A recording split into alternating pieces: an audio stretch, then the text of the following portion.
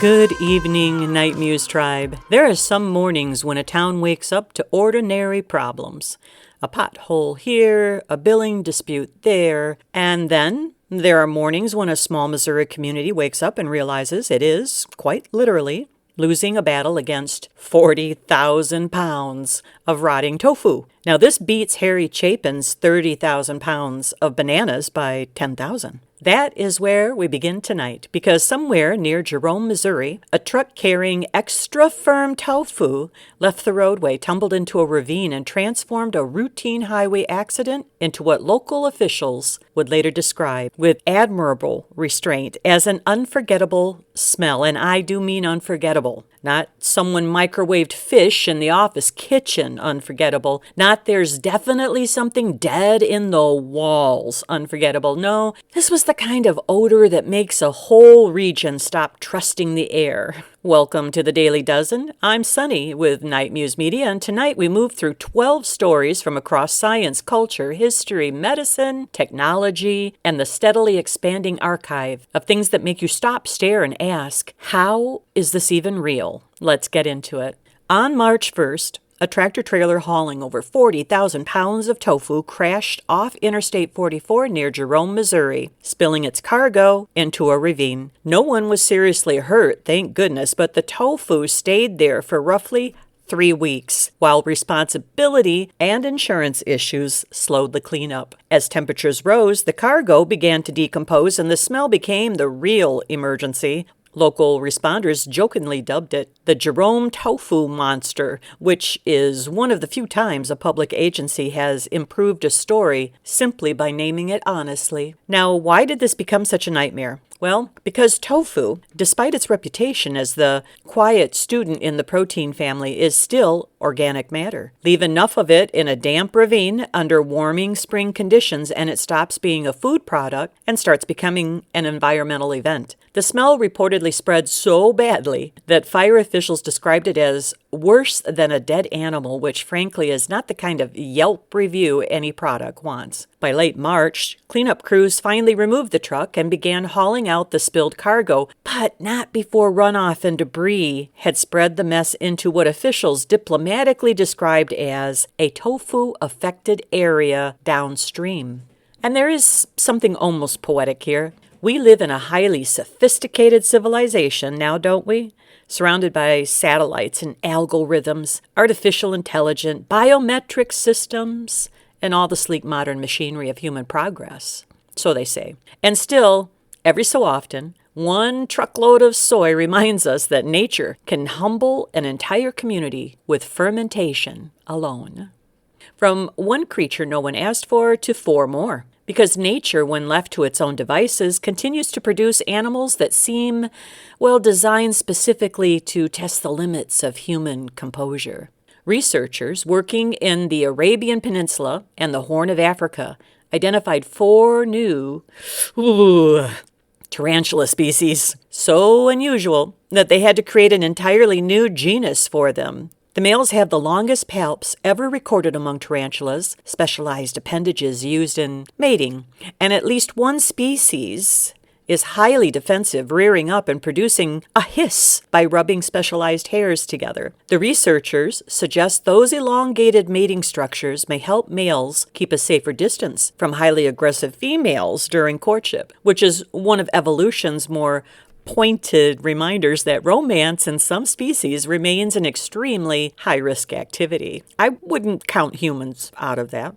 Now, this is one of those stories where biology briefly drops all pretense of elegance and says, let me explain how this works. The male does not grow these elaborate structures because he enjoys accessories. He grows them because the difference between successful mating and becoming lunch may depend on staying just far enough away from the female to survive the encounter. That is less a love story than a hostage negotiation with legs.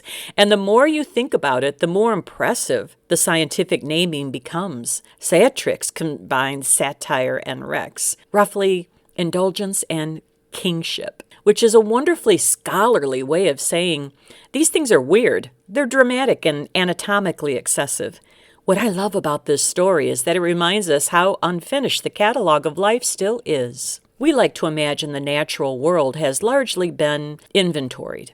A few birds left to count, a few fish or two to rename, but otherwise the cabinet's full. And then along comes a tarantula so strange that even taxonomists have to sit down and start a fresh folder.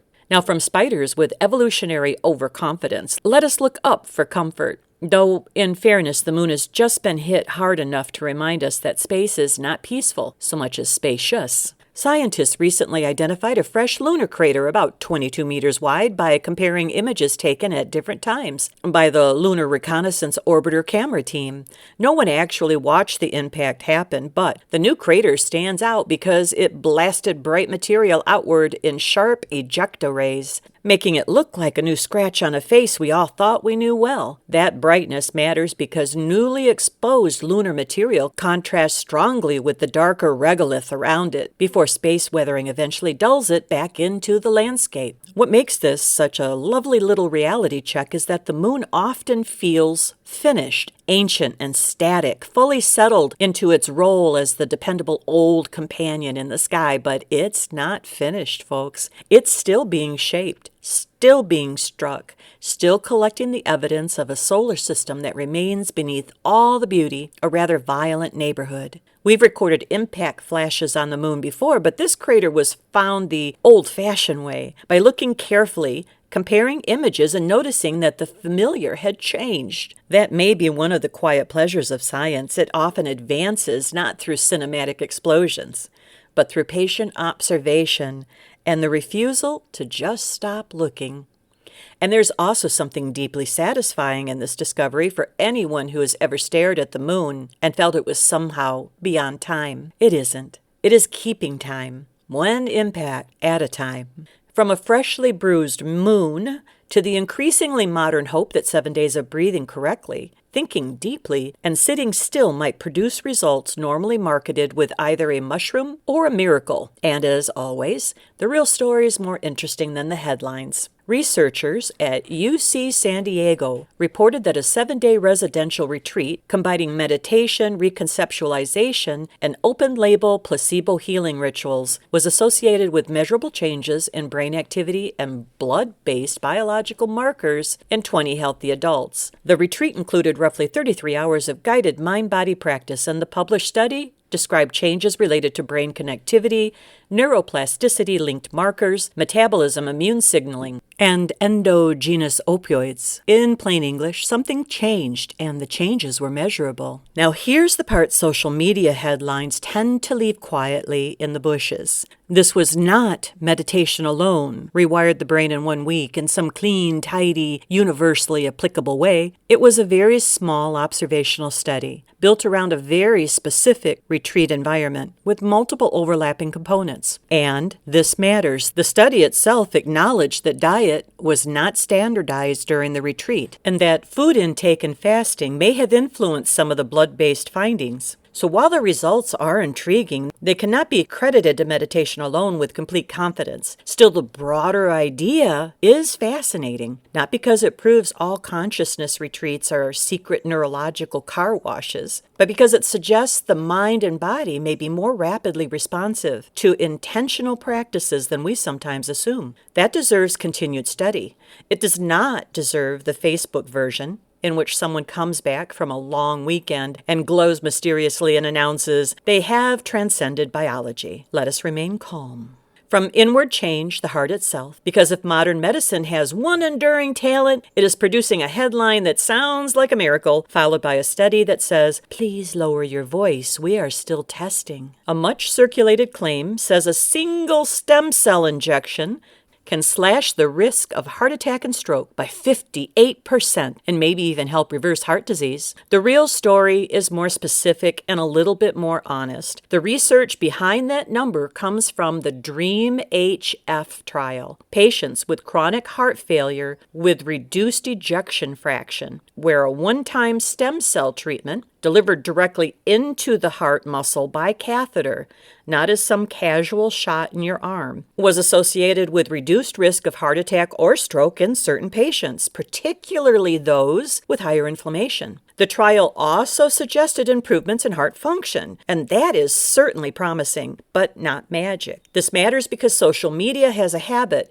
of flattening medicine into fairy tales. If a study shows benefit in a selected group under specialized conditions, the internet translates that as, "Doctors hate this one weird trick." But cardiology is not built on weird tricks. It's built on careful trials, specific populations and dosage, delivery, follow-up, and the unfortunate but necessary habit of asking whether something still works once human complexity enters the room. So yes, this stem cell work is hopeful.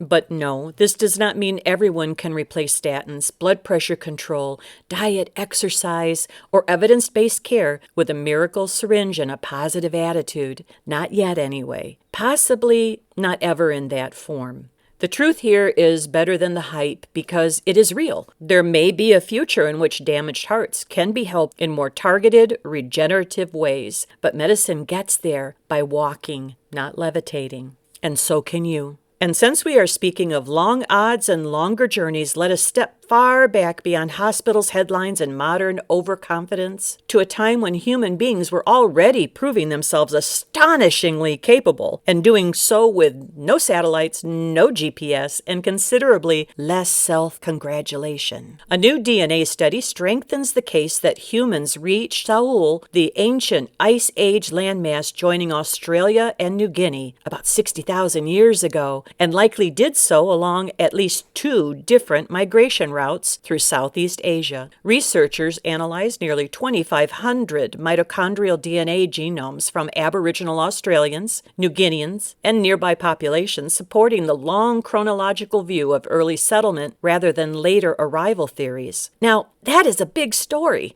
because it is not just about dates. It's about capability. To reach Sahul that early, people had to do more than wander. They had to navigate, and they had to cross water. They had to survive a journey that implies planning, group movement, and maritime competence far earlier than older assumptions allowed. In other words, our ancestors were not bumbling into history. They were making difficult choices, solving logistical problems, and adapting to new worlds with a degree of sophistication that modern people often reserve for themselves. And there's something deeply corrective about that.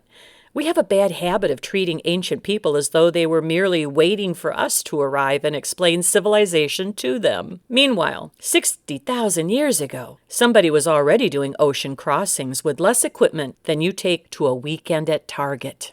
Perspective is healthy. From humanity's earliest voyages to one of the darker reminders of what modern conflict can do to worlds around us, because sometimes war does not merely scar the land. Sometimes it reaches the sky, and the sky answers back. In Tehran this spring, residents reported what became known as black rain. Rainfall, apparently mixed with soot and pollution after attacks on oil depots and related infrastructure, sent large amounts of combustible products into the air. UN-linked reporting warned that the event was tied to strikes on oil facilities and raised concerns about the health and environmental consequences of contaminated fallout. The image is almost biblical, but the explanation is grimly modern. Oil burns, smoke rises, particles remain suspended. Rain comes through and it brings part of that contamination back down. And what makes this story more unsettling is that rain is usually associated with cleansing, relief, cooling, and freshness. But in this case, the weather may have become a delivery system for the residue of war. Officials warned about the risks to air quality and broader environmental damage,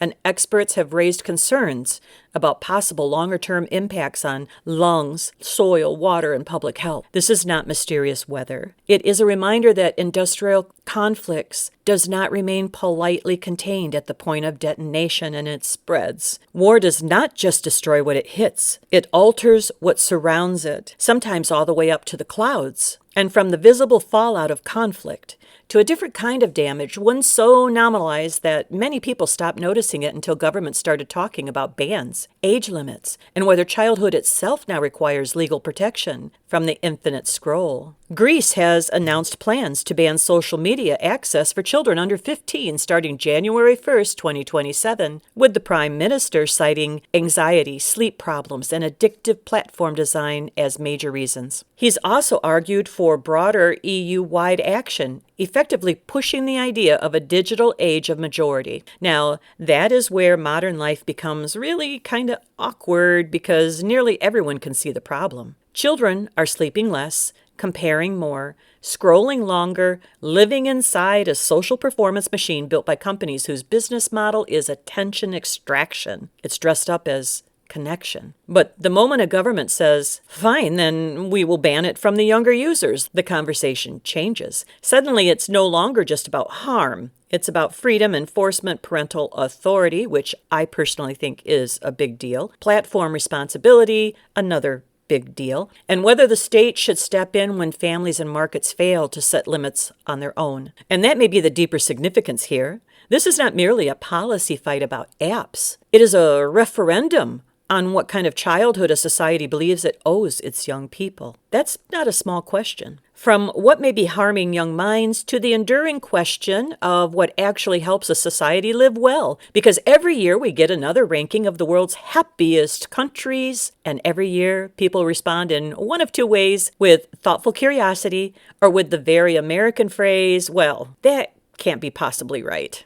According to the World Happiness Report of 2026, Finland ranked as the happiest country in the world for the 9th year in a row. The ranking is based on Gallup World Poll data in which people rate their own lives on a 0 to 10 scale. And researchers then examine factors such as income, healthy life expectancy, social support, perceived freedoms, generosity. I like how they say perceived freedoms, generosity, and corruption. The United States ranked 23rd. And the report highlighted falling well-being among young people in several English-speaking countries, with growing concern about the role of social media. Amen. What I appreciate about this report is that it does not define happiness as giggling. It is not measuring whether people feel cheerful after brunch. It's a measuring of life evaluation, whether people believe their lives are stable, trustworthy, supported, and meaningfully livable. Finland keeps winning, not because everyone walks around in a state of blissful reindeer-induced enlightenment, but because the society scores well on trust, cooperation, public systems, and the kind of daily reliability that lowers background stress. One of the report's longtime voices put it in almost comical practical terms.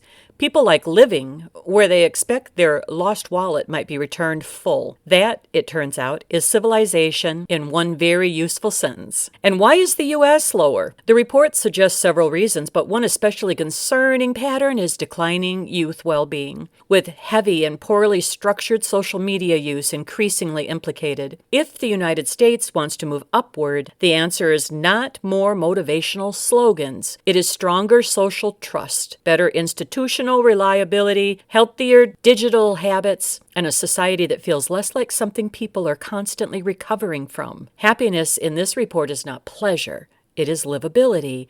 That is a harder achievement and a more interesting one. Now, from human happiness to one of the smallest creatures on Earth, and the slightly insulting discovery that even an organism famous for surviving almost everything still has standards when it comes to Martian soil. Tardigrades, those famously resilient little water bears, cute little thingies that can survive radiation, dehydration, freezing, and the vacuum of space, did not handle simulated Martian soil especially well in the recent study. Researchers found that 2 tardigrade taxa exposed to Mars regolith simulants showed steep declines in activity over several days, while controls did not. But when one of the regolith types was washed with water first, the harmful effect was mostly reduced. In other words, Mars may not just be dry, its soil itself appears to be part of the problem. This is a beautiful little scientific insult. We have spent years talking about tardigrades as the almost indestructible ambassadors of survival. Send them to the edge of biology and they shrug, freeze them, dry them, irradiate them, and they remain somehow deeply unbothered. And then Mars says, no, thank you, which is useful for 2 reasons. First, it reminds us that planetary environments are not interchangeable just because they all qualify as rock somewhere in space. Second, it hints at the very practical challenge of future human settlement. If even one of Earth's toughest little organisms struggles with untreated Martian regolith, then farming contamination control, and habitat design on Mars are going to involve more than optimism and a helmet. Mars is not just far away, it is chemically rude. And from microscopic resilience to the far more serious matter of what happens when a human system gets something terribly, life-alteringly wrong. Because science can correct an error, but it cannot restore life in its original shape. Robert Dubois, if he uses the French, Dubois, if he's using it Anglican, spent nearly 37 years in prison for a crime he did not commit before new DNA evidence led to his exoneration in 2020. His case became especially important because the original conviction relied heavily on bite mark evidence, a form of forensic testimony now widely criticized as unreliable, along with false or deeply flawed testimony. So Dubois had also once been sentenced to death before that sentence was later overturned, making his case a stark example of what can happen when certainty and error combine inside a justice system. This is why stories like this are so important, not only because they reveal the damage of wrongful conviction, but because they force a larger moral question into the open. And I know this is being debated a lot. Death sentence, firing squads, we're hearing it pretty consistently in the news lately. What do we do with punishments that cannot be undone